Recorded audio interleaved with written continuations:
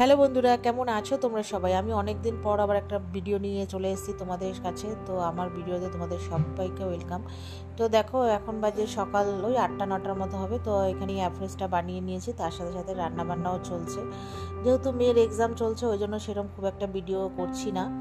তো দেখো, অ্যাফ্রেসটা আমি ওখানে রান্না বসিয়ে অ্যাফ্রেসটা খাওয়া দাওয়া করছি, মানে অ্যাফ্রেসটা খেয়ে নিলাম। তারপরে হচ্ছে এবার রান্নাবান্না করে ঘরের যাবতীয় কাজ টাজ করে আর কোনো ভিডিও করিনি। কেন বলো তো, মেয়ের ওই যে বললাম এক্সাম চলছে, ওই জন্য মেয়ে পড়বে বলে তাই অত আর ভিডিও করিনি। তারপরে দুপুরে তো খেলাম মাংস ভাত ওইসব। তো খাওয়া দাওয়ার পরে ঘুম থেকে উঠে একটু চা বানিয়েছিলাম, বানানোর পরে আর বিকালে মেয়ে বললো খিদে পেয়েছে, যেহেতু খুব তাড়াতাড়ি আমরা খাওয়া দাওয়া করেছি। তো আমি বললাম আজকে কি বানাবো, তাহলে চল, অনেক দিন ধরে মোগলাই খাই না, তো মোগলাই বানাবো। তো বাড়িতে যেহেতু মাংস, তারপরে তোমার ক্যাপসিকাম, টমেটো, পেঁয়াজ সবই ছিল বলে ওই জন্য বানিয়েছি। ধনেপাতা, বিশেষ করে ধনেপাতাটা খুবই প্রয়োজন ছিল।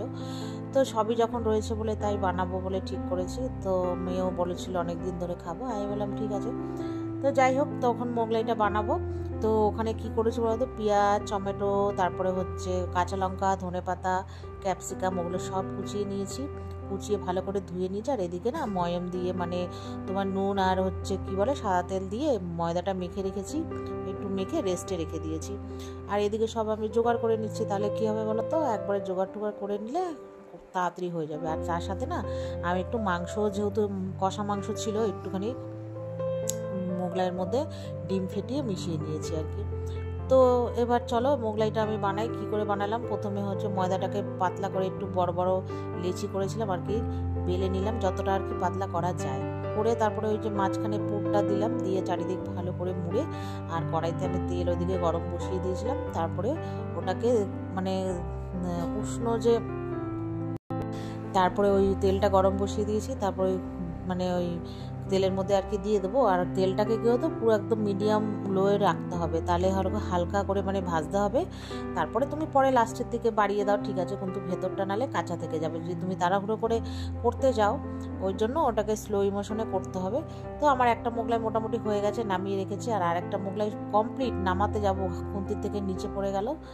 আমি আর ওটা নিলাম না, আমার নিচে মধ্যে পড়েছে, একটুখানি কেমন লাগলো বলে ওটা ফেলে দিলাম।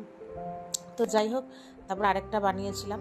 তো খাওয়া দাওয়া করে আর কোনো ভিডিও করিনি, এটা হচ্ছে পরের দিনের ভিডিও। তো দেখো, পরের দিন একদম এটা হচ্ছে সন্ধেবেলায় রেডি সেডি হয়ে রয়েছে। আর এখানে তো প্রচুর নিম্নচাপের জন্য বৃষ্টি হচ্ছে। তো আজকে একটু যাব পার্লারে, চুল কাটিং আছে, ওই জন্য 3-4 দিন তোমার দিদিকে ফোন করে করে কথা দিয়েও কথা রাখিনি, আমার প্রচণ্ড শরীর খারাপ হয়েছিল ওই জন্য। তো তার সাথে একটু কিছু কেনাকাটিও ছিল। তো ওই যে কেনাকাটি করেছি, করার পরে তারপর ওই যে হাজব্যান্ডের জামা কাপড় কিনতে গেছিলাম। অনেক কিছু কেনাকাটি আর করিনি সেরমভাবে খুব একটা।